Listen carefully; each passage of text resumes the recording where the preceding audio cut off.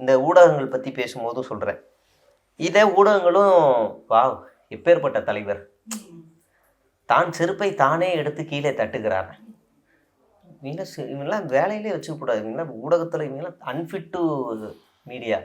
தான் செருப்பை தானாக எடுத்து போடாமல் யார் ஐஆர்எஸ் வேலையை விட்டு வந்தார், அவர் வந்து செருப்பு எடுத்து தட்டி கொடுப்பாரா, இல்லை ஆதவர்ஜுனா வந்து தட்டி கொடுப்பாரா? எனக்கு புரியல.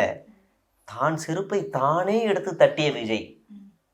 எனக்கு நீங்கள் சொல்லிட்டு இருக்காங்களே காமராஜர், பெரியார், அண்ணா அவெல்லாம் வந்தாருன்னா குறுக்கிலே மிதிச்சு விட்ருவார். விட்றாங்கட்டு எங்கிட்டு அடிச்சு விரட்டிடுவாங்க. இந்த தலைப்பு போடுற செய்தி போடுற வரைக்கும் இவங்க எல்லாருக்கும் அமௌண்ட்டு போகுது. நான் அமௌண்ட்லேருந்து சொல்கிறேன்.